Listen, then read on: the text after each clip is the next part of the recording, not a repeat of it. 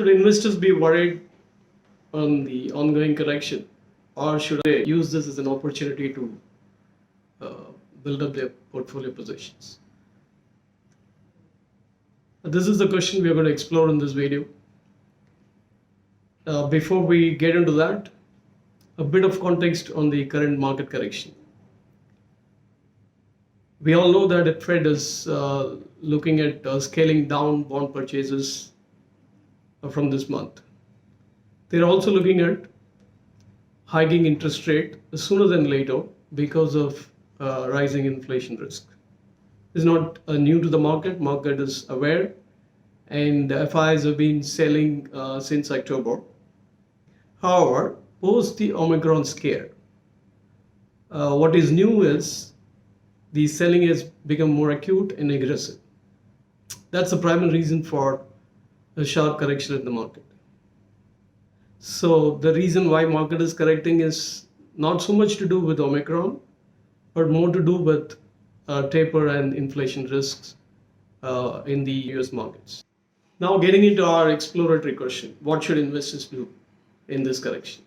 There are clearly three reasons why we think investors should take a long-term view and ignore the short-term gyrations. First, of course, is on the fundamental side. The economic momentum for India has never looked stronger than now. Look at all the indicators, cyclical indicators like GST numbers, monthly GST numbers, or monthly export numbers, or any other high frequency indicators. Or look at the medium term GDP forecast. Most of the forecasters have now started upgrading medium term growth rates for India to 8% plus growth. They're all invariably, all these forecasts and all these indicators are invariably telling you that the momentum for economy is very strong, and the economic growth is probably going to take off in the medium to long term. Some of the experts have even gone to the extent of calling this as a structural decadal story for India. So this is something investors have to keep in mind while looking at this correction. Second, in this bull market, we are probably in the early or mid part of the cycle. Typically in this part of the cycle, what happens is the larger benchmark indices like Nifty and Sensex and large cap stocks, generally they try to consolidate, and the action shifts to the broader space with a lot more stock specific actions.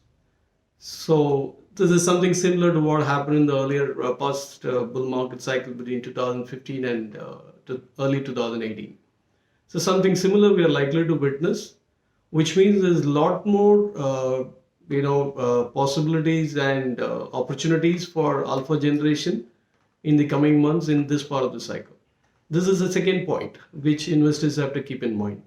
Third, not any less important, is this: getting in and getting out may look easy on paper, but seasoned investors know that timing the market is extremely difficult. When the investors try to get in and get out, they miss out the larger gains because of the challenges in timing the market. Of course, experts in the TV panel would probably tell you what suits the narrative because they want to look right in the short term than saying what is right for the long-term interest of the investors. So in summary, the structure of the bull market is distinctly intact for India. Correction should be the least of the worry for investors. Once we are through with this short-term gyrations, market will regain momentum. So what is critical for investors is to stick to asset allocation in terms of exposure to small, large and mid caps, and stay invested for long instead of switching to the flavor of the season on every whimsical moves of the market. In our view, instead of worrying about the market correction, investors should use this correction as an opportunity to load up their position given the decadal story for India. As one wise man said, all past corrections look like opportunities while all future corrections look like risks. With that, let me thank you for watching this video. Happy value investing. See you in the next one. Thank you.